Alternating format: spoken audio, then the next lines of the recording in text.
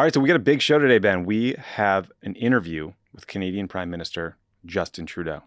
Right here in the World Pod Save the World headquarters. Very exciting. In town for the Summit of the Americas. Yeah. Talking guns, talking climate change, talking whatever happens at the summit. Very exciting stuff. Yeah, and someone who can give us a perspective of what's going on in Canada, but also like, NATO, G7, some of the Americas, like the Trudeau government's like right in the middle of it.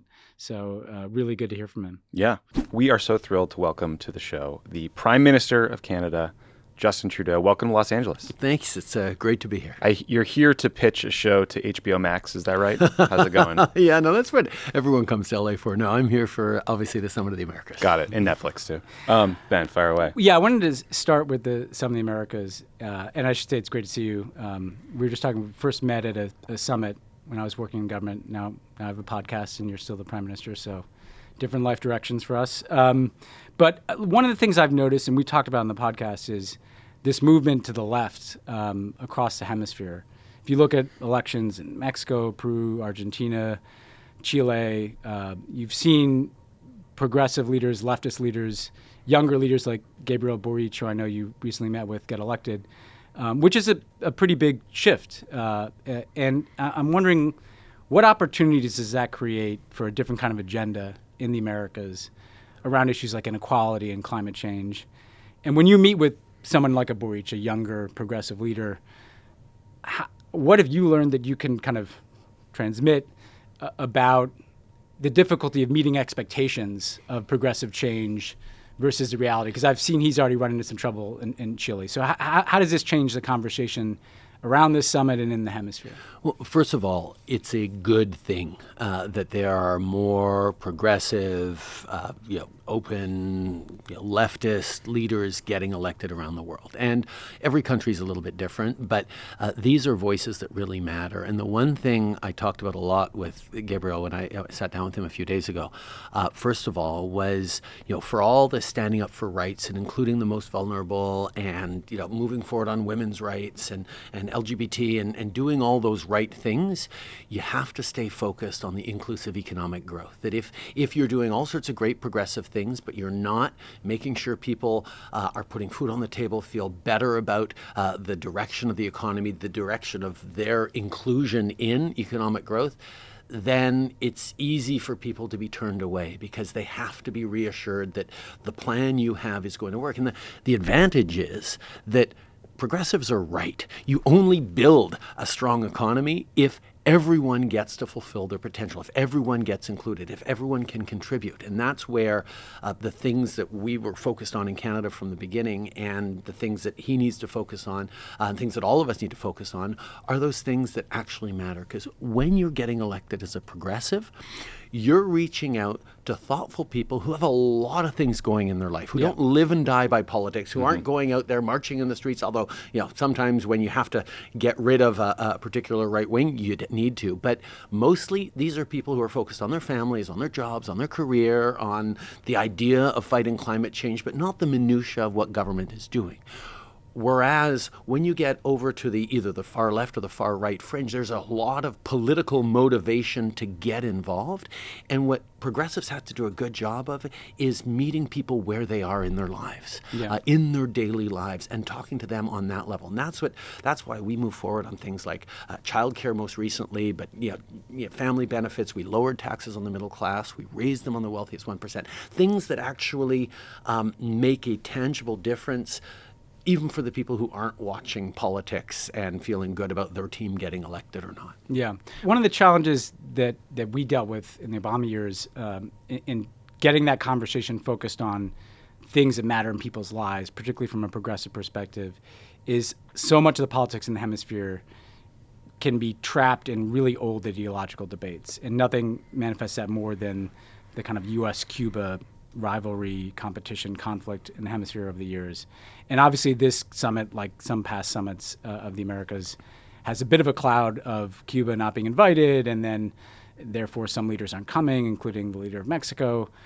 Canada is in this place where you're very close to the United States, but you have what I would call a rational Cuba policy. What do you think of the decision to kind of return to a place of not including a Cuba at this summit?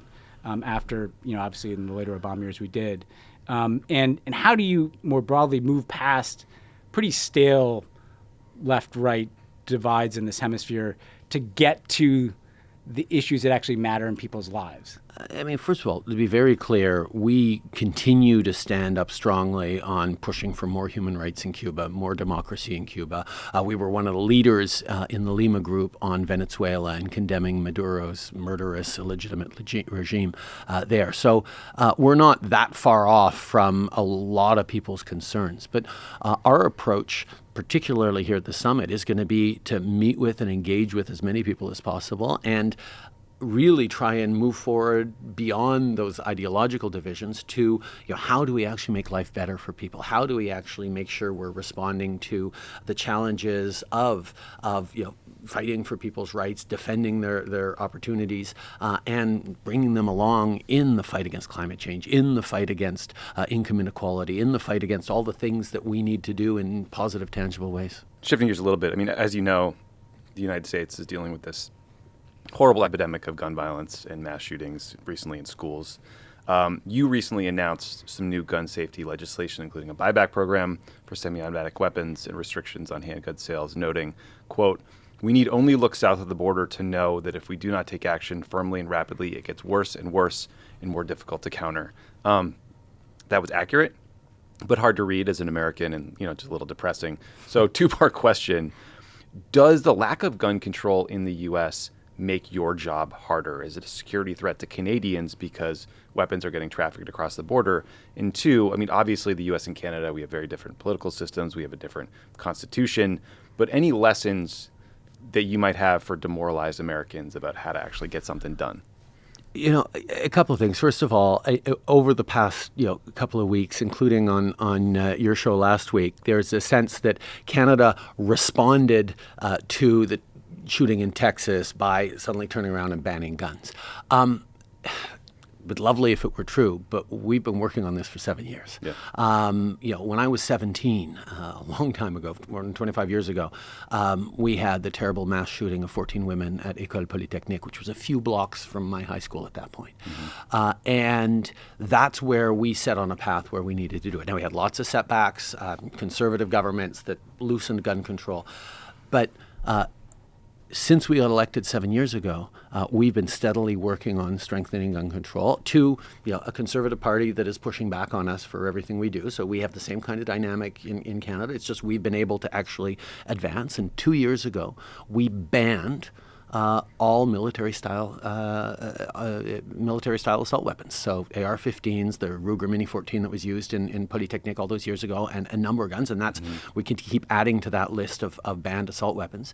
And just a few weeks ago, and we've been preparing this legislation for months, we moved forward on a total freeze on handguns. So when this legislation passes, and it will pass, I mean, the Conservatives are pushing back hard. They filibustered to prevent us from, used methods to prevent us from debating it last week as we were supposed to. But we have the votes. We will eventually get it passed, hopefully sooner rather than later.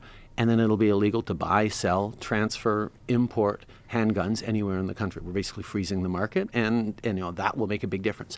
But to go to the second part of your question, one of the big challenges we have is illegal guns flowing across the border from the U.S. into Canada. And our proximity to the U.S. and the gun numbers here has always meant that we have more guns than perhaps another equivalent country would in Canada. Right. So we've been really cracking down on the border. Last year we seized more than twice the amount of the previous year of illegal guns smuggled across the border, and there's lots more to do. And there are debates, and we have a culture where the difference is guns can be used for hunting or for sport shooting in Canada, and there's lots of gun owners, and they're mostly law-respecting and law-abiding. But you can't use a gun for self-protection in Canada. That's not a right that you have in the Constitution or anywhere else. If you try and buy a gun and say it's for self-protection, no, you don't get that. You get it for hunting. You can get it for sport shooting. You can take it to the range, no problem, as long as you go through our rigorous background checks. But there's a difference around the culture. And one of the things that we're seeing with the debate in the States is you get more and more of the American-style, right to carry, self-defense arguments filtering up through the usual more right-wing communications channels. Yeah. Just want to flag that the Prime Minister is aware of what we talked about last week on the I, podcast. I may or may not have actually listened to it last week. I'm going to assume that it's a weekly thing for you. I knew more about BTS now than I did before, so there you go. I mean, this is good You stuff. got to be on the right side of BTS. Yeah, I am definitely going to be on not the right fuck side. with them. Yeah. There are people who are Pro-BTS. mad at us for a joke Lovett made 3 years ago. They're terrifying. Anyway, pivot to serious voice. So the other thing we're watching closely this week in the U.S., aside from the gun debate, is Congress is holding hearings about the January 6th attack on the U.S. Capitol. I read some articles from the time that you were watching the events that day in real time. I assume you were as horrified as we were. Yeah. One of the goals of the Summit of the Americas is to strengthen democracies in the region. How worried were you about the state of democracy in the United States that day? And how worried are you about the future of the U.S. democracy if we don't get our act together? I think it's a larger question than just the U.S., although the U.S. is obviously a key concern for all of us as one of the most important places for democracy in the world. We're seeing a backsliding of democracy everywhere around the world. And it has a lot to do with all sorts of different things, anxieties around the pace at which the world is changing, and people are looking towards easy answers or strongman leaders that are sort of reassuring. And democracy is hard. Yeah. And it requires work. It requires tending.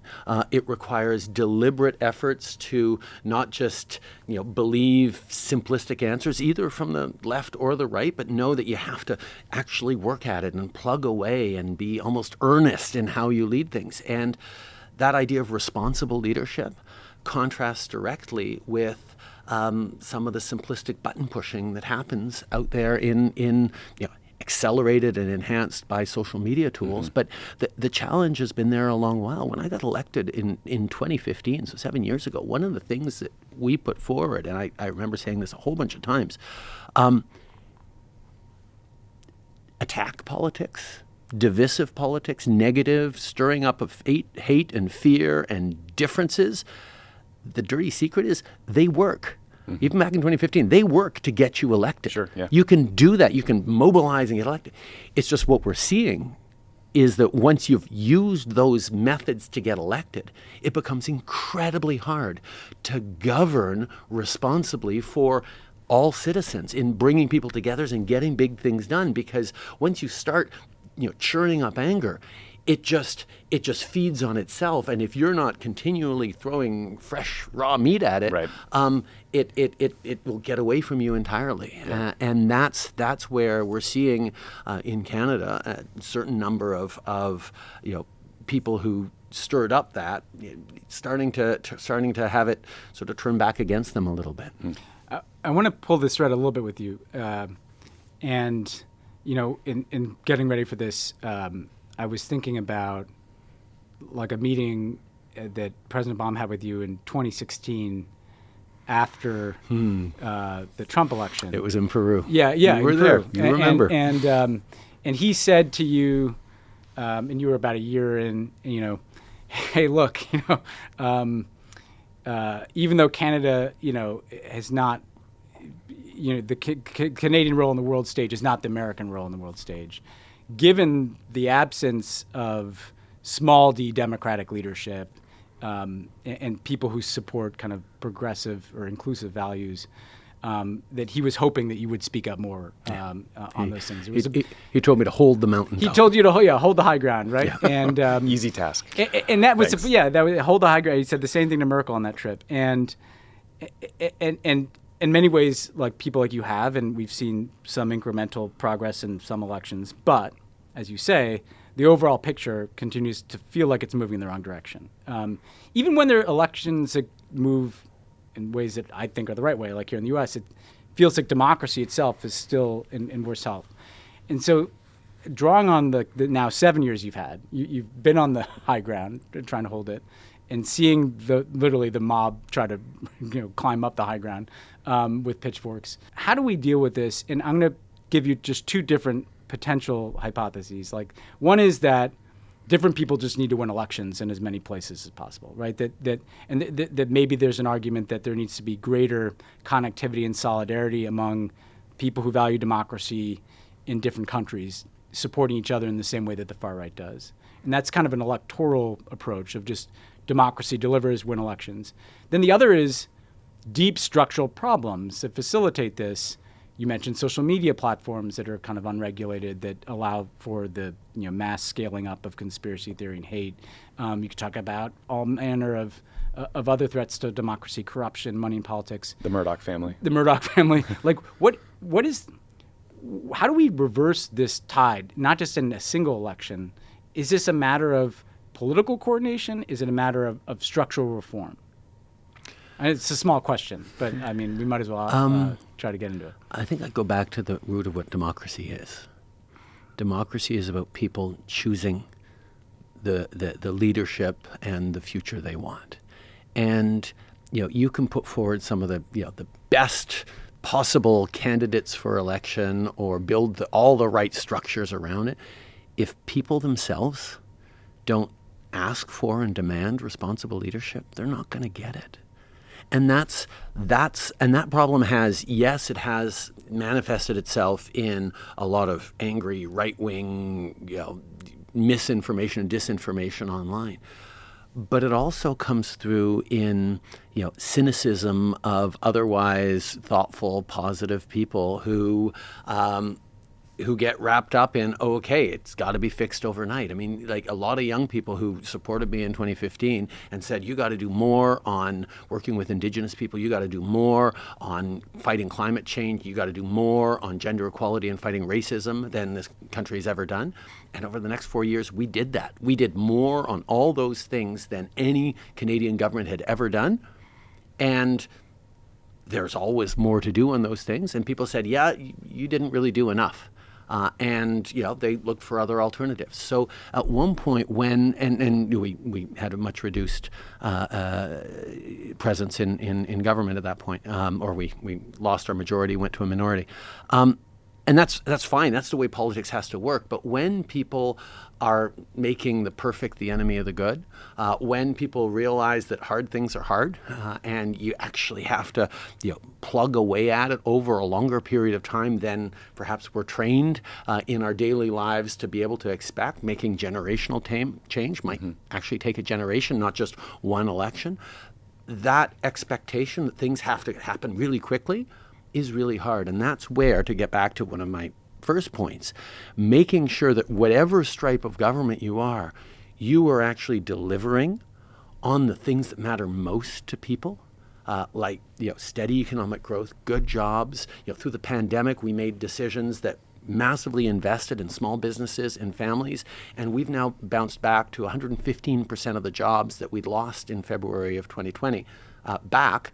And the U.S. is only at 95%. And we actually have really leaned in to try and support people through it, because that's where people are going to sit. Right now, inflation is the biggest challenge. And yes, intellectually, people will say, yes, we need more gender equality. We need better fight against climate change. But as we're seeing with gas prices right now, as soon as inflation or gas prices go high, people are like, oh, no, we need more oil and gas. Oh, I thought you were an environmentalist. Yeah, but I'm paying huge. I can't afford to fill my tank anymore. Because yes, but we got to get beyond that. So you have to bring people along where they are. That's why our answer to inflation, for example, is what we fought on in the last election, which was $10 a day childcare right across the country. And that's one of those things that we actually are delivering right now that means, yes, better opportunities for kids, lower costs for families, but mostly we're bringing more women into the workforce. We're making sure that people actually have choices between kids and not have to make a choice between kids and careers. Yeah. And that kind of policy, which, yes, is a progressive policy to make sure you're making a childcare affordable, and Conservatives fought against us in that election.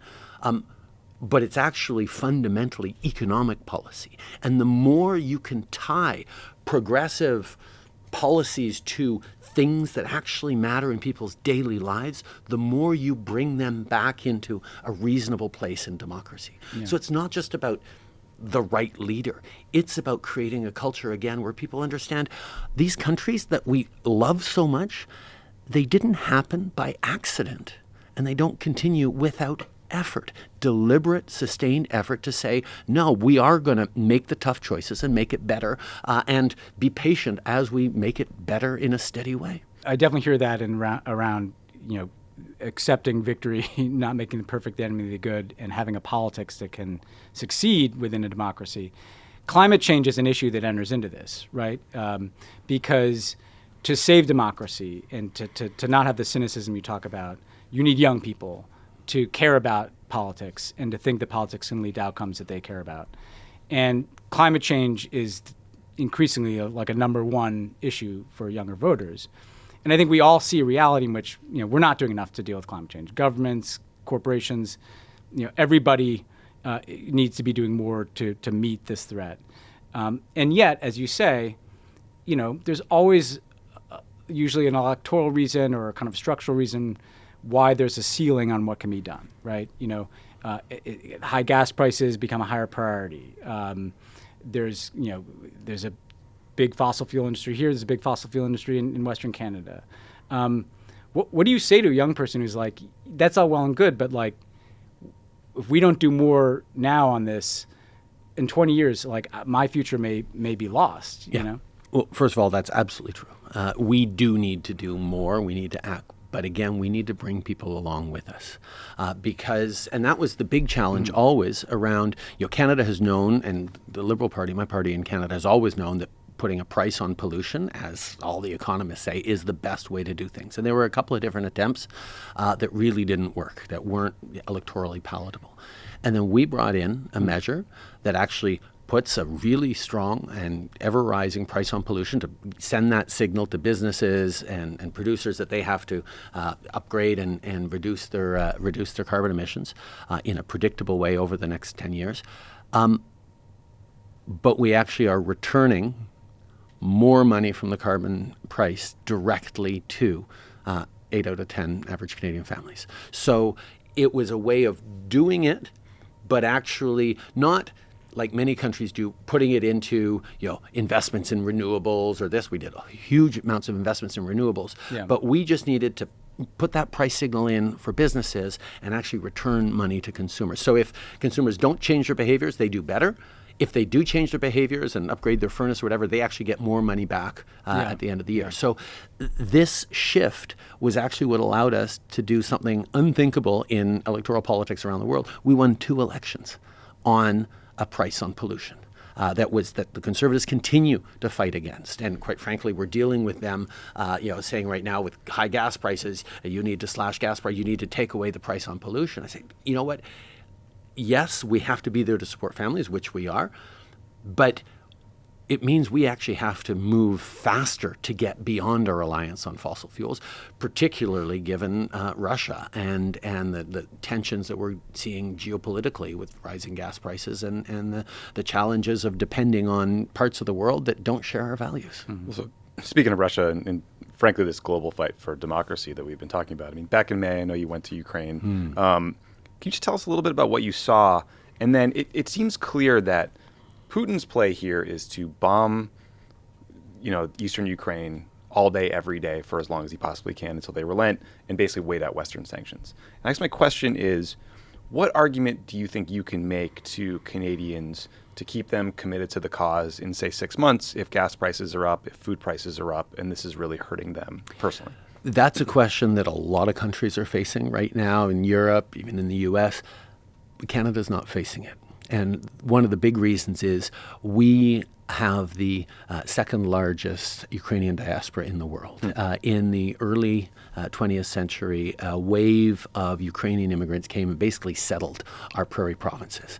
And therefore, there is a deep connection. And Canada, of all the top economies in the world, all the G7, of all the G20, we are the ones there who are most unequivocally in support of Ukraine. And it's a very useful position to have around the table. And everyone knows whether it's all our allies, they know, Canada is totally pro-Ukraine, and my relationship with Zelensky, who obviously I got to see when I went there just a number of weeks ago, is based on that trust, that he knows, like, there's differences of perspective in some European countries that say, we have to be careful about how the end game plays out, and that's totally legitimate.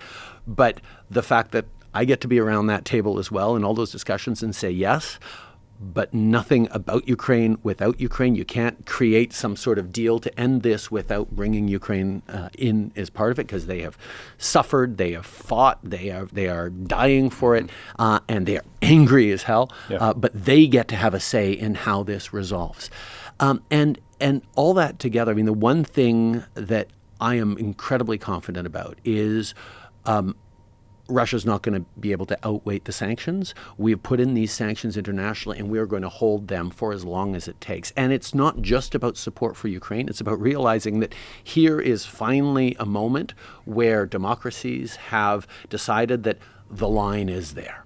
And Russia crossed that line, and we either stand up and fight for democracies and stand for it and push back really hard, even if it's, or especially if it's at cost to ourselves, because we have to be able to follow up on the conviction that we have that democracies matter, that the rules-based order matters, that the UN Charter matters. And that's where collectively we know, as hard as it is, we need to stay absolutely steadfast on sanctions, and they will stay in place for years if necessary. And on the Russia bombing in the Donbass, the most interesting thing about it is before the war, before Russia's invasion, if you had talked to citizens of Kharkiv or Mariupol, they would have said, oh yeah, no, we feel as much Russian as we do Ukrainian, because it's much more Russian speaking, much more culture. Exactly. Now, like, even those most pro-Russian in the past are like, oh my God, we are such proud Ukrainians, even though I can't speak Ukrainian, but I am a proud Ukrainian. Right. It is totally backfired in terms of that. So no matter how he reduces it to rubble, which he's in the process of doing right now, which he needs to be held accountable at the International Criminal Court and everything when this is all said and done, he will never be able to win over Ukraine the way I think his first thought was. And at the same time, the fact that one of his justifications was, oh no, there's too much NATO on our borders, we need to push back. The fact that he has so failed abjectly because Finland and Sweden are now joining NATO really shows just how much he totally miscalculated, misunderstood both the strength of Ukrainians, but also the strength and ability and resolve of democracies to stand up for themselves. So when I was in Ukraine a few weeks ago, I saw people who were exhausted, who were, tired and worried about all of their family members who are on the front, their brothers, their husbands, their family that are, fighting and dying, but grimly resolved to see this through, because the nightmare scenario for them is there is some sort of peace agreement now, and then 3 years from now, Russia decides to finish the job that it wasn't able to finish then, and the world will be distracted with something else. Or you're living in the next version of Bucha under Russian command. Indeed. So we're running out of time here. We just wanted to get one last sort of question to you about Canadian exports. One of your greatest exports is comedians. Will Arnett, Sam Bee, Dan Aykroyd, Jim Carrey, Seth Rogen, Catherine O'Hara, John Candy, Norm Macdonald, Leslie Nielsen, Mike Myers, Robin Duke, Nathan Fielder. Of course. I mean, Norm's brother is actually Norm's brother is one of a great CBC reporter, Canadian Broadcasting Company reporter. So I could have listed a dozen more. Do you have a favorite? We need some clickbait. And more broadly, what is so damn funny up there? I think Canadians are, very naturally self-deprecating. I mean, we live beside a country filled with, amazing, patriots who thump their chests all the time, and Canadians have learned a certain level of self-deprecation that I think these days you see extraordinarily well embodied by someone like a Ryan Reynolds, for example, who's got just a brilliant sense of humor that is very, very Canadian, but translates, very well to Americans. And when he points out that his American gin is now proudly owned by a Canadian, we all cheer a little bit, and there's something there. I mean, if you look like that, you can say literally anything, and people think it's funny, though. That is his advantage. Seth Rogen But also. Seth Rogen- What's interesting is you guys pursued what I find to be very rational marijuana legalization policies, and now coincidentally, Seth Rogen's here, and California has followed Canada's. So Seth Rogen has exported more than he's an entrepreneur. us, yeah. Well, we on marijuana policy and drug policy in general, we follow the science, we follow the facts, we You're follow the following the expertise. science, not Seth Rogen. And well, yeah, there are different perceptions on that, but we just moved forward on a careful project that is decriminalizing harder drugs and opioids because of the opioid epidemic in British Columbia, where we're creating wraparound justice system and mostly healthcare services and frontline services to try and go at that problem as a health problem, not a justice or criminal problem. But that requires a level of not ideology, but a trust in science and a use in research and experts to make policy as opposed to gut instinct. I think we need a little more of that in politics in general. God, I hope we can look at your data and steal that approach because We're happy to share. We're Canadian after all.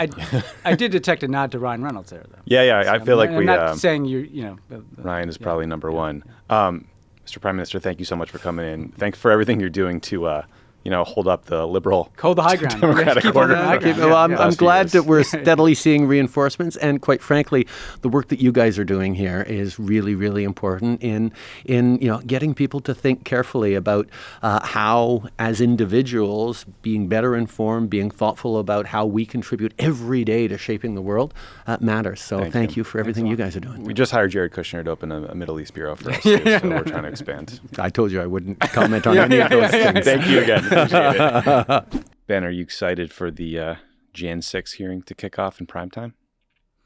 I'm ready to go, man. Do you think that people are watching them like around the world? Like, I was wondering that this morning. Or is it just an us thing? I think it's like probably largely an us thing with like a lot of coverage in different parts of the world. I mean, there's a kind of morbid, put it this way, like people around the world are alarmed, not necessarily surprised, based on my conversations, like that we so completely don't have our shit together, Do you think it's like the end of the newscast with like yakety sax playing and it's like some super cut? Like, let's see what those jackasses Yankees in America are doing. Yeah. Yeah. No, probably like B block, But there's what's weird about it, Tommy. Actually, I was listening to the Monday pod, Heard of Roe it. America, and I was actually thinking about this. Like nobody else outside of this country needs to be persuaded. Like, you guys are talking about how and rightly about how we have to persuade the American people that this matters. You have to persuade them that there was this conspiracy, that it's part of a broader effort to overthrow democracy that is ongoing. And it is very bizarre that if you leave America, like everyone gets that. Like nobody would have to be persuaded of that. They wouldn't need primetime hearings to be persuaded of it. But our own people are so, reprogrammed that like it's an impenetrable wall persuasion-wise. I bet the closer you are to the last coup in your country, the more you care. Also, all the polling shows that people just don't want to relitigate the past in this country. It's got to be all forward-looking. And like that's kind of the hardest part about a hearing about an event a couple of years ago now. It's also why we don't learn from things like the war in Iraq. Yeah, that's a good point. We don't like to learn from the past. No, we don't. Well, thank you for bringing it back to foreign policy because we have a great show. Okay, Ben, so the Summit of the Americas is here in Los Angeles. I love the smell of multilateralism in the morning. Some basics. The Summit of the Americas, it's a meeting that happens every 3 years with the leaders from the hemisphere. The last time the U.S. hosted it here was in 1994. The goal is you bring everybody together, you talk about key issues like trade, immigration, and unfortunately how isolated the U.S. is when it comes to policy towards Cuba and Venezuela. We don't know yet. The summit hasn't started yet, so we don't know what the news will be, the so-called deliverables or announcements. A White House official told Politico the topics could be areas like supply chain vulnerabilities, pandemic preparedness, climate, food security, migration. It's a good list. You could also expect, a bunch of conversations on the margins that focus on Russia and Ukraine or, China generally. The migration piece of this was framed as emphasizing responsibility sharing and economic support. So it sounds like the U.S. will ask countries in Central and Southern America to, maybe stop migration flows and support in return for some money, similar to Kamala Harris's vice president's trip earlier this year. So Ben, the press focus has been on, who's attending, who's not attending. President Biden did not invite the leaders of Cuba, Venezuela, and Nicaragua. Now it looks like the president of Mexico is going through on his threat to boycott and not attend himself. I suspect listeners are well aware at this point that we disagree with the Biden decision not to invite Cuba and Venezuela. But what do you think the actual impact is on a summit like this when, President López Obrador of Mexico no-shows and decides to send his foreign minister instead? I should note that AMLO, as he's called, is supposed to visit the White House next month, I think. Well, I mean, I think like it, you've been at these summits where there's like working level business that it's kind of like a good forcing mechanism to take things that you already work on, like immigration flows and what assistance we're providing, what strings we're attaching to those, and things like, corruption in Central America, clean energy partnerships, the kind of, joint work that is important but that doesn't get a huge profile. But that's kind of like, that's what the working level people are always doing. And summits just kind of force them to make a new plan for the next. Deliver something for the boss. Deliver something for the boss. I think that when you have a high profile distraction like the U.S. not inviting these countries, and then a very high profile person like AMLO not coming, like, that becomes kind of the story, and you don't get out of that. I think what people have to also realize is that's like a real thing that comes into the room. So I've been to these summits of the Americas, and a lot of the speeches that the leaders give, in part because they're for domestic audiences as well as people here, they become like complaints about the United States, right? And did like Hugo Chavez chase Obama around with a book or a handshake? Hugo Chavez chased him with some book about American imperialism. Great. But you'd Obama probably read it in college, by the way. Yeah. He took it and I was like, well, fine. Like, I'll take this book. Cool.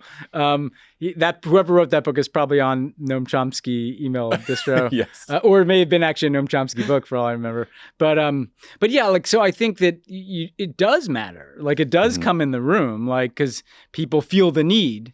I was struck when we had the Summit of the Americas in 2015, which was the first one that Cuba participated at. Like it took like the air out of that balloon, and people were giving speeches about how great that was. Like, whereas at the previous Summit of the Americas in Colombia, you were there, apart from the fact that there was a Secret Service prostitution scandal. Little scandal. Basically, actually, Obama's press conference at the end of the summit with the president of Colombia was all questions about either Cuba or the Secret Service prostitution scandal. Oh my God. It's a beautiful venue. That's all I really remember. So, beyond the kind of working level stuff, which is, it's trade and energy and immigration, what we work on in the hemisphere, like, this is your one chance to kind of convey a message about what is the shared agenda in this region, what kind of political alignment do we have in this region, how do we see big ticket issues like Ukraine from the perspective of the Western Hemisphere. And when you have like a distraction, you have people not coming, that obviously undercuts like the primary objective, which is to kind of send this signal of American U.S. engagement in this hemisphere and shared vision and shared approaches to big issues. Yeah, it sucks to get the Heisman from a lefty president down in Mexico.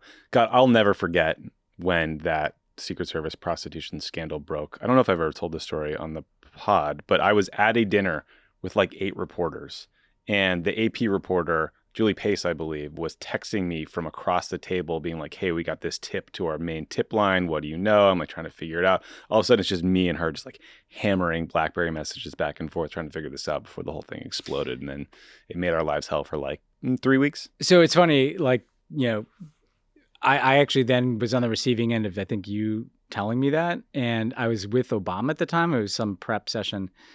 And, he always complained that summits would get overtaken by some weird distraction, right?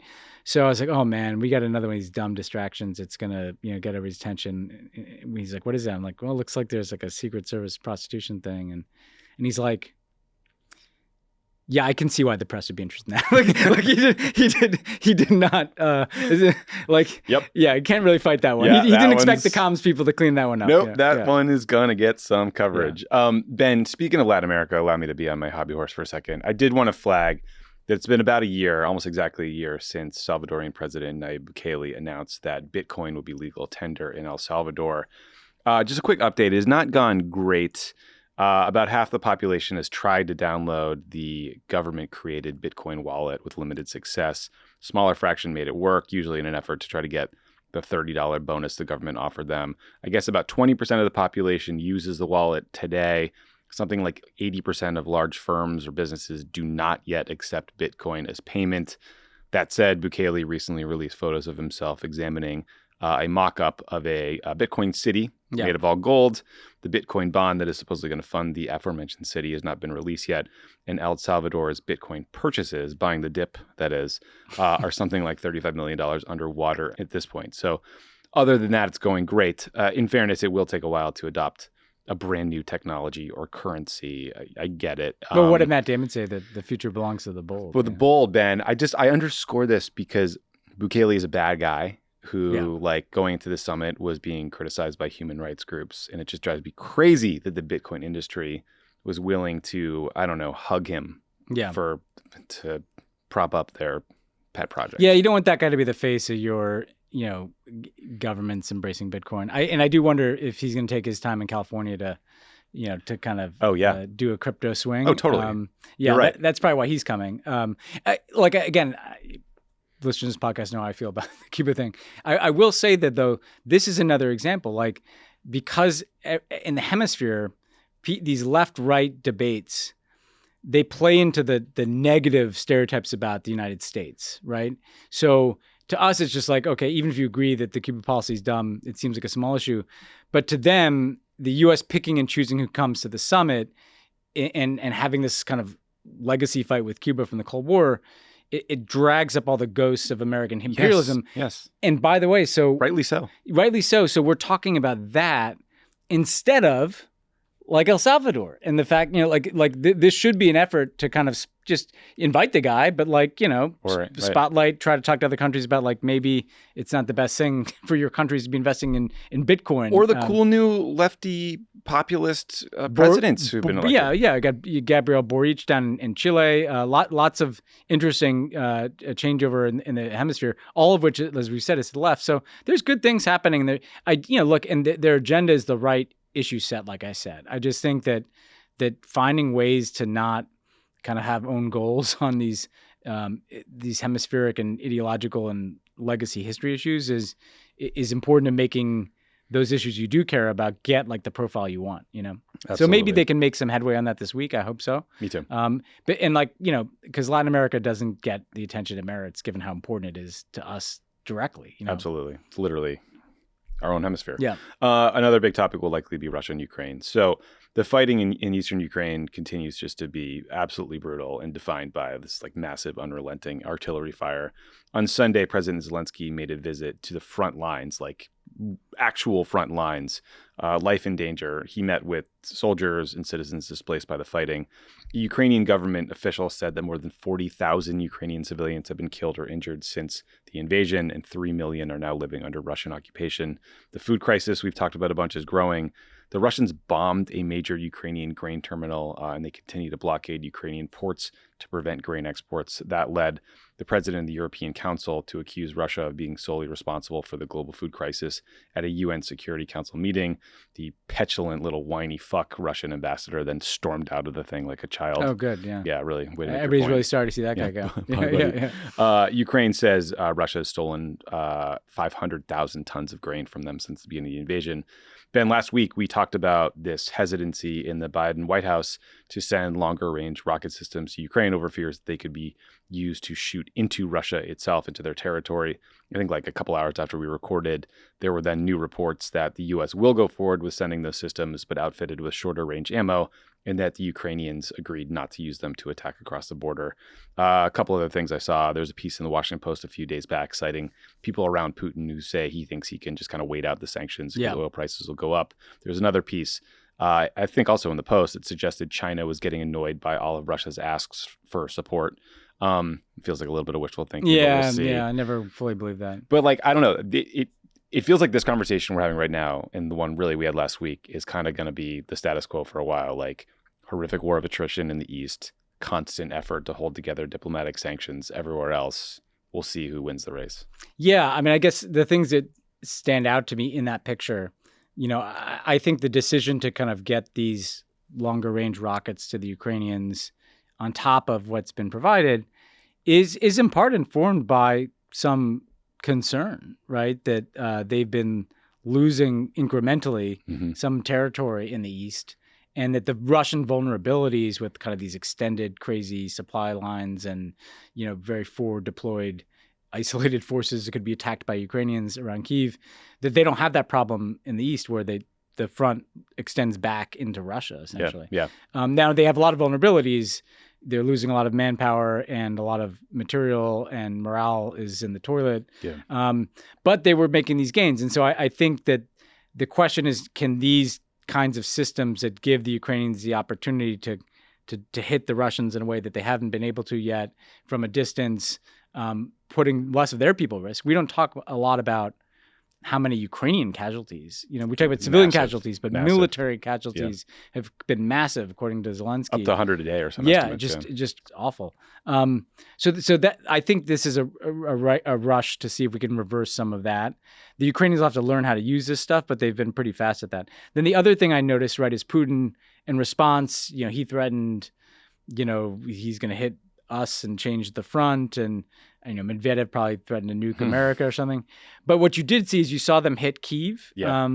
And so the Russians bombed Kyiv, and they hadn't done that in a while. They said they're hitting some of the supply chains of stuff flowing to the front. But I do think that's another thing to watch is I don't think the Russians are going to like bomb the United States, but I think they may try to get much more aggressive in hitting material coming across the border or hitting stuff in Kyiv and saying it's weapons. And so that could be the way in which this war continues to be in places beyond just Eastern Ukraine. And I keep waiting for the cyber shoe to drop here. I know. But, we must be doing good work. Honestly, shocking. Yeah. Good for whoever's defending us. If you ask me the biggest surprise I have about this war, it's that there's not a more evident Russian cyber campaign against the United States. Yeah. This happened when I was out right before the war started. It is still remarkable to me that Xi Jinping and Vladimir Putin trotted out to do an event together or whatever, press conference right before the war started, and talked about having a no limits relationship, like right before Putin invaded. If I were Xi at this point, I would feel a little set up by that comment. Yeah. Well, I mean, it could be that, I agree with the analysis that the Chinese probably aren't thrilled with how this has gone down, but I also don't think they give a shit. They're not sitting there they care about like some of the global economic shocks and the inconvenience of some of these sanctions, but I think we make a mistake in presuming that Xi Jinping doesn't fundamentally agree with Putin's idea that you have a sphere of influence and Ukraine's in ours and Taiwan's in yours, and that's that. Yeah. Speaking of presidential travel, President Biden has officially decided to visit Saudi Arabia. He's going to go later this month when he's already on the road going to Europe and Israel. Biden, during the campaign, pledged to make Saudi Arabia a pariah state. But as we know, the war in Ukraine has led to huge spikes in oil prices, and the U.S. is basically hoping and explicitly saying that they want the Saudis to increase supply, drive down prices. So far, OPEC is not really playing ball. They announced a small increase in production in July and August. The U.S. is hoping for more in the fall, but it's not clear that it'll meaningfully bring down prices.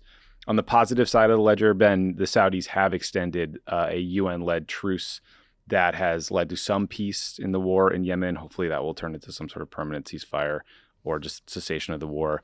There was a Wall Street Journal report that the Saudis are engaging in serious talks with Israel to increase economic and diplomatic ties. We'll see how long it takes for that to bear fruit.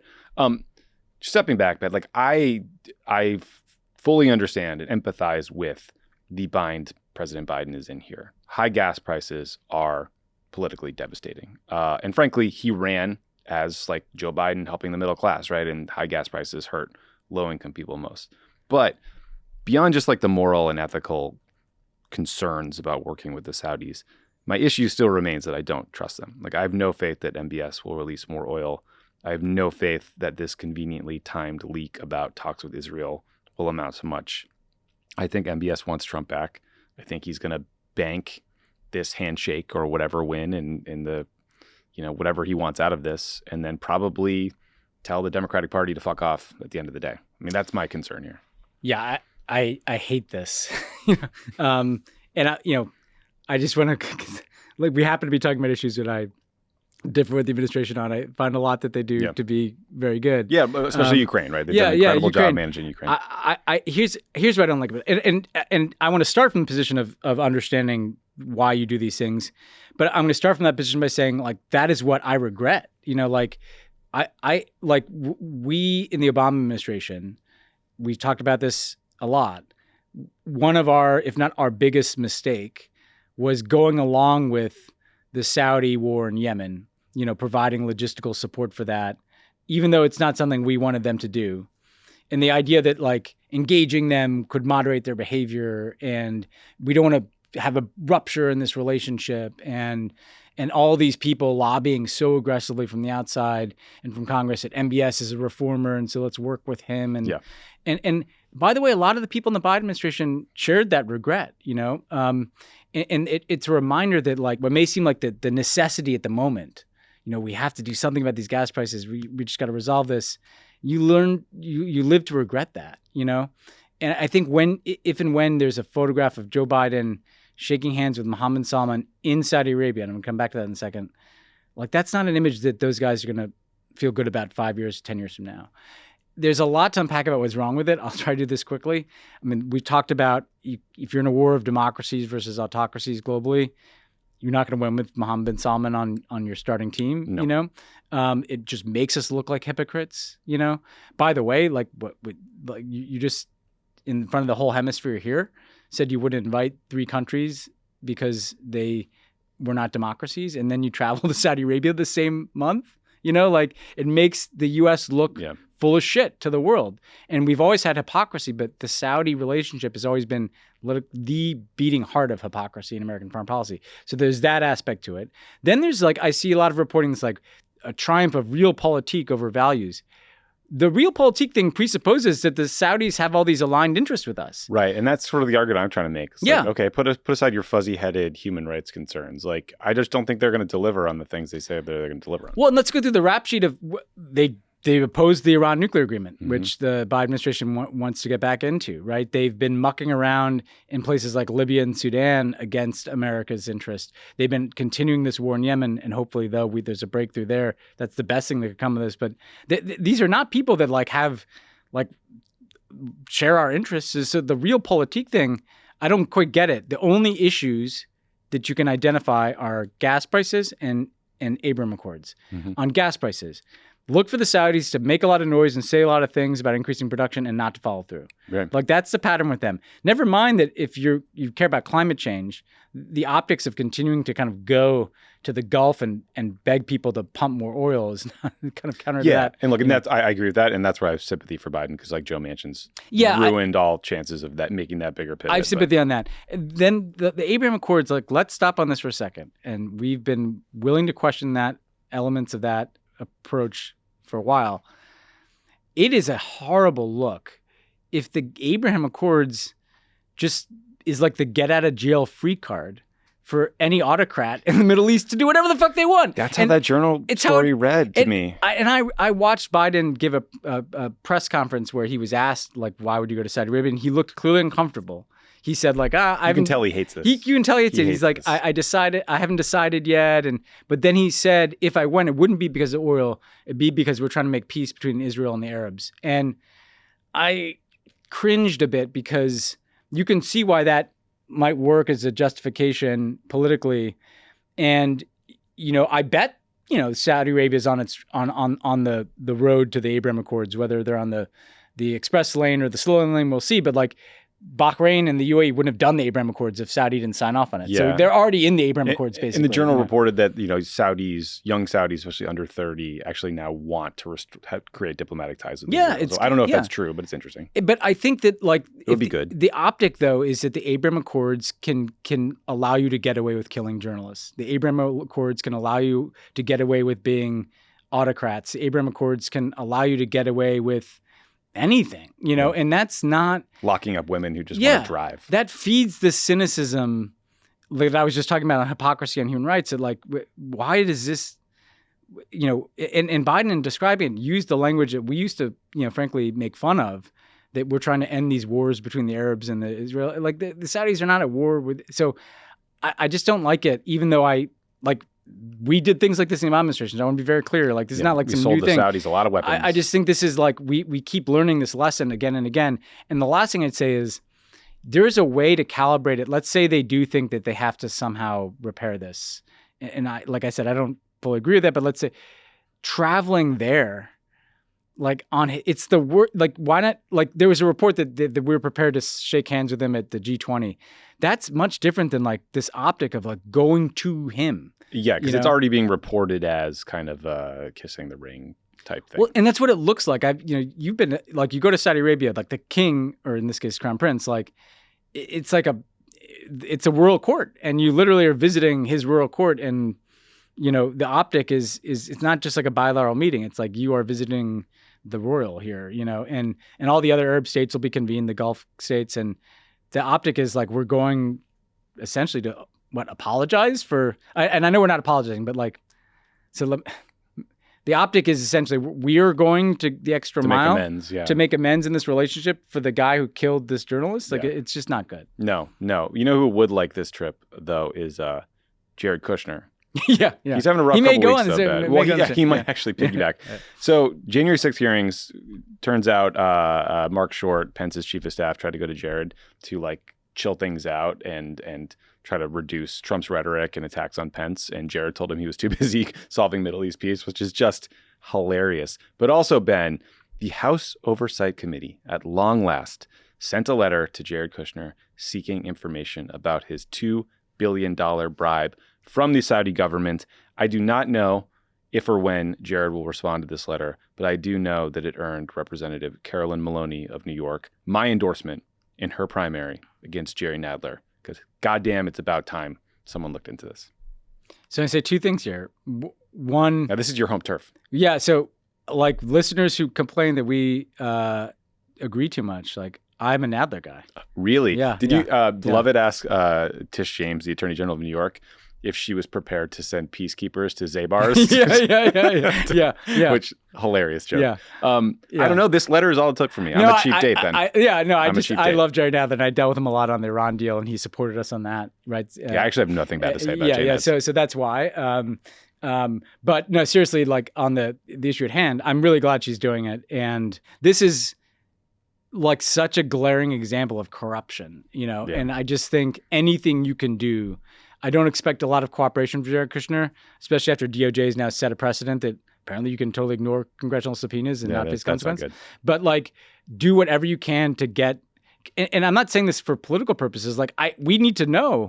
Oh, I'm saying I'm doing it for both. I'm shamelessly political. Well, I want to do it for that too, but like, I'm a hack, Ben. We need to know, like, was the entire American foreign policy apparatus being run to set up an investment fund? And by the way, what information was exchanged? Was there sensitive information exchanged? Jared Kushner continues to know very sensitive things. It's good substance. It's good politics. Also, it just gets reporters to follow the story. And like that in and of itself is worth it, I think. I will say that the Times has been pretty good at done a great job. Like not letting this thing die, but like cashing out to the tune of $2 billion after you ran all of this part of American foreign policy as Saudi friendly as possible for 4 years, and you might get back in the White House. Like, someone should look into it. You know? Yeah. Turning to a different flavor of authoritarian state, let's talk about Poland, because Poland has laws on the books that create essentially a total ban on abortion. That's sort of table stakes in this discussion here. But last week, Poland's Minister of Health signed an ordinance expanding the amount of medical data that can be saved about patients to include pregnancies. So advocates are understandably concerned that this pregnancy register, as it's been dubbed by critics, could be used to investigate and prosecute women who have miscarriages or who travel abroad for abortions. The government says, no, don't worry. We're just making these changes in response to like EU recommendations about best practices and data and healthcare, blah, blah, blah. But I do think it's pretty understandable that Polish women would distrust this current government. And the impact could be that a bunch of them just avoid prenatal care to stay out of the state medical system. So dark stuff. And frankly, the kind of story that I think kind of hits home as we await the Supreme Court's final opinion about abortion rights and kind of ponder like what states could be like in a post-Roe America. No, I think that's entirely the case, because if you look at Poland, what you see is the kind of logical endpoint where anti-abortion absolutism leads, right? Right-wing Christian nationalism. There's been this kind of methodical effort in Poland to first dismantle the right, and then to restrict the access, and then to punish for it. And it mirrors what we're seeing in certain American states. So it absolutely is the case, and it bucks the trend, as we've said, where more countries are actually moving in the direction of abortion rights.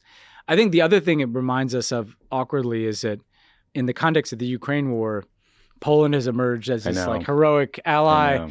They're taking in all these Ukrainian refugees. They're on the front lines. They're supporting morally and financially and weapons to the Ukrainians. And it's kind of understandably, all the Western leaders go to Poland because that's where the refugees are and the front line is. And it's kind of obscured the fact that this Polish government has got some creepy far-right nationalist attributes, or not attributes, but characteristics.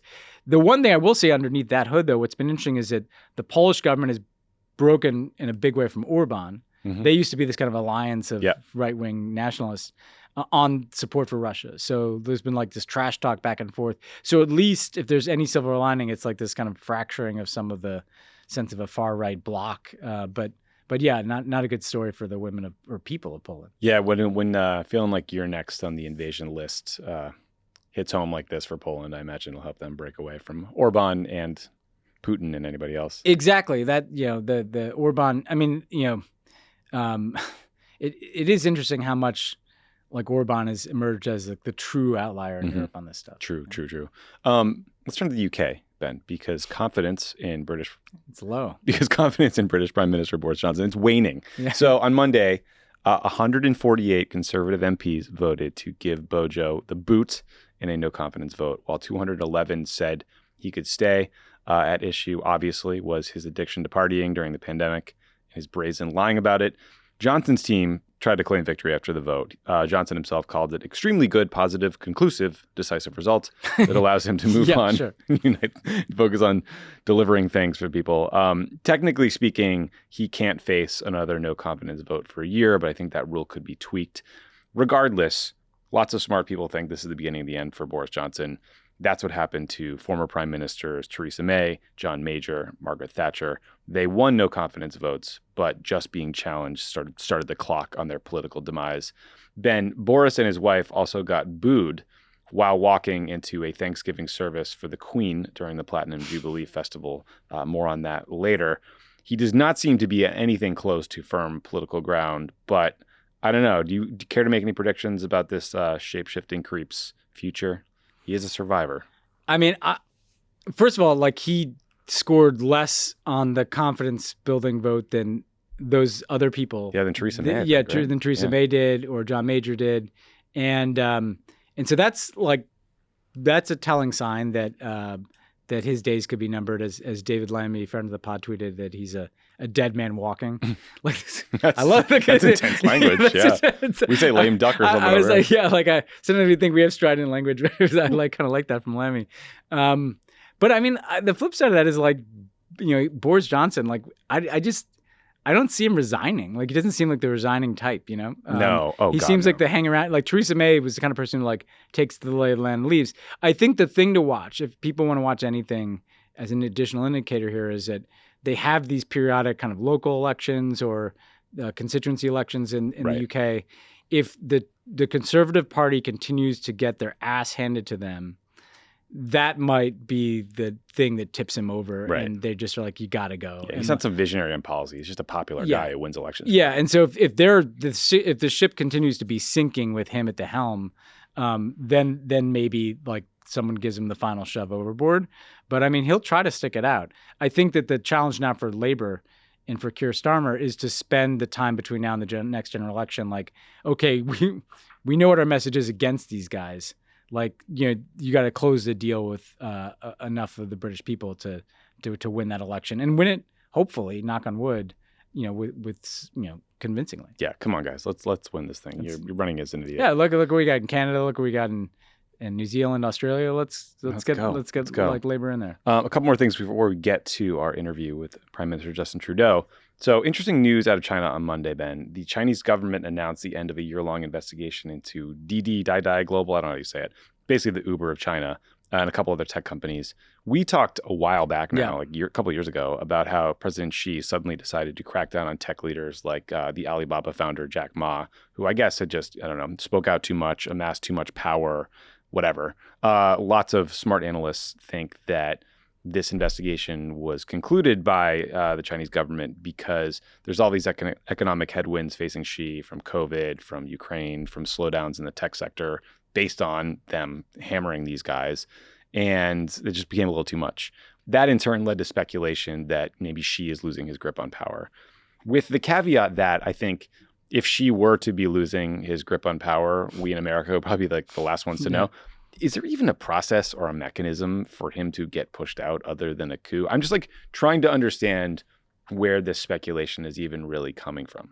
Not really. I mean, he's trying to kind of utilize the organs of the party, and including upcoming, party conferences to kind of make himself the permanent, supreme leader of China.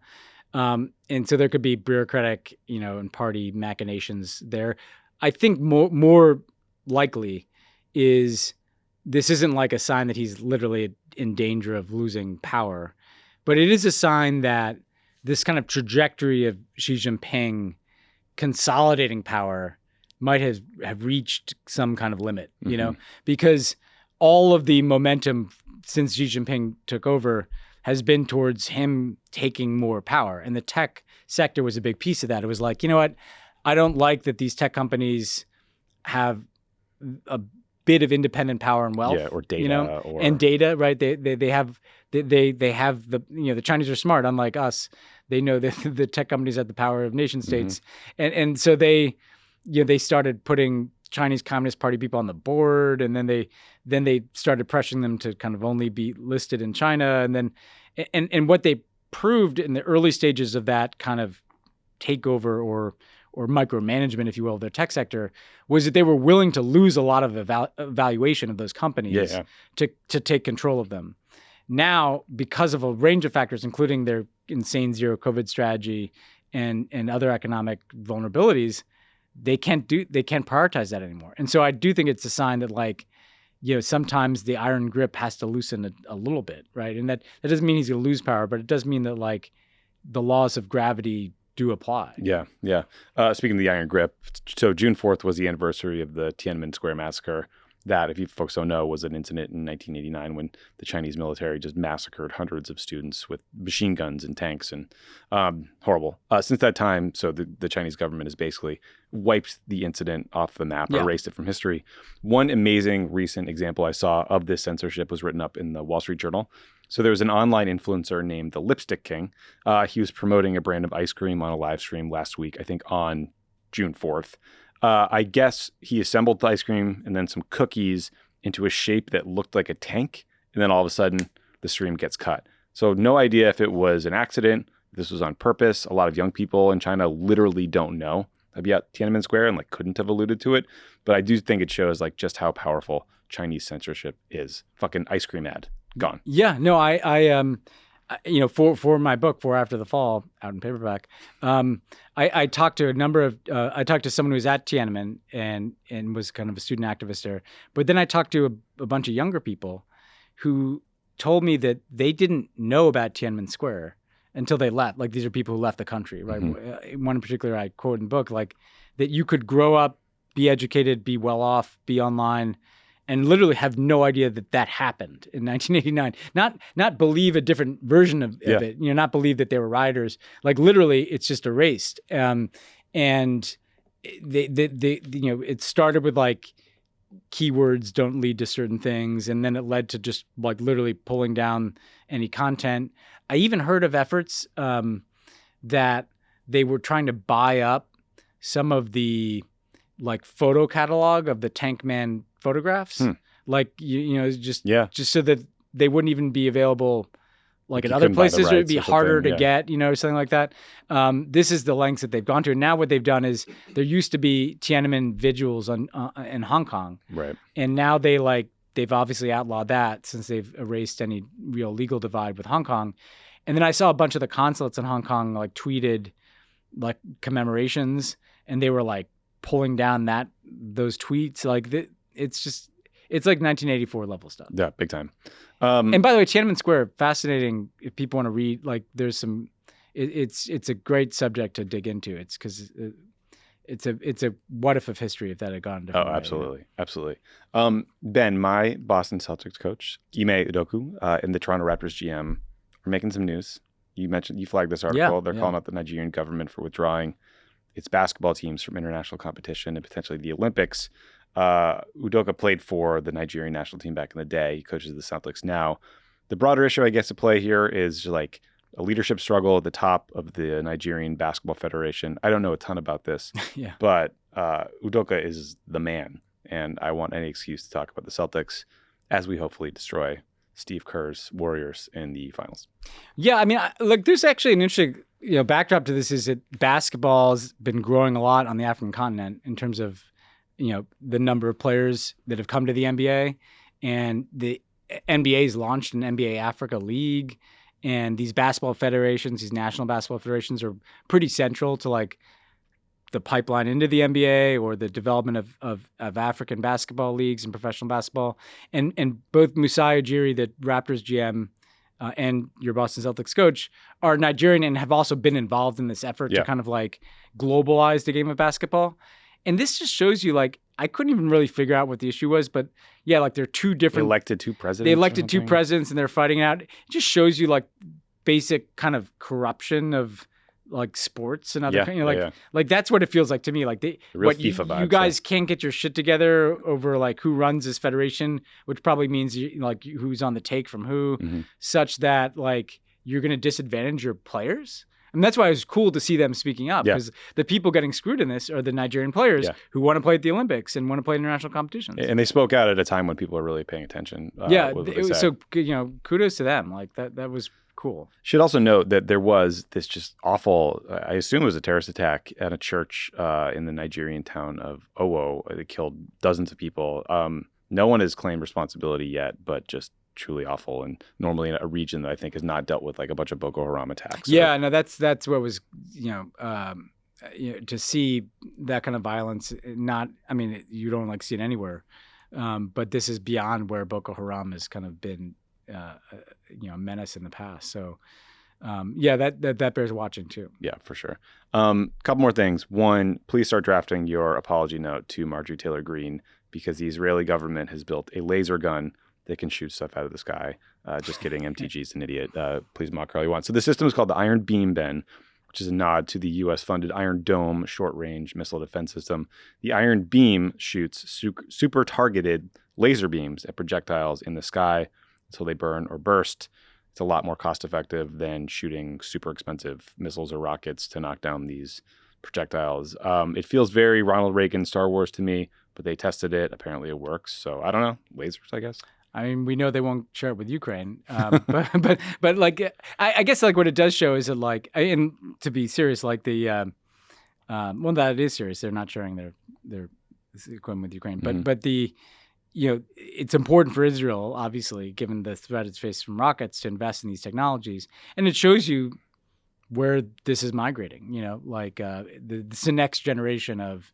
What once was like Patriot batteries is now like lasers, I guess, warfare is entering the 22nd century. Scary stuff. Finally, Ben, the Platinum Jubilee celebrations honoring Queen Elizabeth II are over. It got a little weird. We had videos of the Queen having tea with Paddington Bear. They were drumming spoons to the tune of We Will Rock You by Queen, of course. People cheered for a horse-drawn carriage with a hologram of the Queen in it at a parade. There were corgis. There was a controversy about Prince Harry and Meghan Markle showing up. There were viral videos of like the royal kids kind of acting like brats. The youngest one there. I mean, not to single out the Louis. Louis. I don't know their names. Yeah. Anyway, final thoughts. I think on the last show you were like, I told you it's gonna get the weird. more we watch this, the weirder it gets. And I was like, every time I turned around, I'm like, what is going on? The deeper we go, the weirder It was it like a got. Tupac hologram of the Queen in a carriage. Yeah, it's like when Wolf Blitzer was doing the hologram thing. Oh my God. The Paddington thing was cool. She has a sense of humor. I it like seems. Paddington Bear. If she's doing that, she's game. Obviously, the big story is that she didn't show up in most things. She was there at the very beginning and the very end. I guess like beyond just the fundamental weirdness of it all. And yeah, like the kind of, the formal, complete, like separation of Harry and Meghan. Because like you saw them out all on the balcony, like Charles and Camilla. Right. And like they're not there, right? Yeah, it's weird. The thing that struck me is that like when she didn't go to those events, like the spotlight was shifting to like Charles and William. And I was kind of thinking like, not sure. I like William, but I'm just not sure if they're going to have the same, or particularly Charles is going to have the same unifying. I don't know if they're going to be doing the hologram when he's king. Well, I mean, a lot of people like the Queen. I don't That's know what I'm if they like saying. the royal family. Yeah, right? that's kind of what I was gently alluding to. Is like, will this institution have the same support that it has now when it's led by Charles? Like, it's an interesting question. It might be tough. Yeah. Might be tough. Thanks again to Prime Minister Trudeau for joining the show. Yeah, and thanks for coming to the cricket. Can't HQ believe here. that guy agreed to talk to us. I mean, like we have a bunch of Canadian. We had a weirdos. first minister, Yeah, Scotland. we had Obama. We had I forgot. we had a prime minister of Estonia. That's like, right. That's right. We like Canada. Love Canada. I like Molson's. Maybe the Queen will join. Labatt's. You ever drink Labatt's? I had a Canadian beer 2 weekends ago called Moose. That was very good. My dad used to drink Moosehead.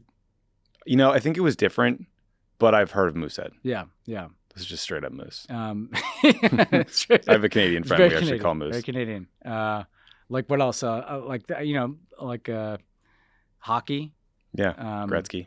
There used to be a poutine truck downstairs, I mean, and I'd eat that sometimes, and incredible. I didn't Nap. deliver very good content after. I was going ate to say that. nap for an hour and a half. Yeah. Okay, see you guys next week. See ya.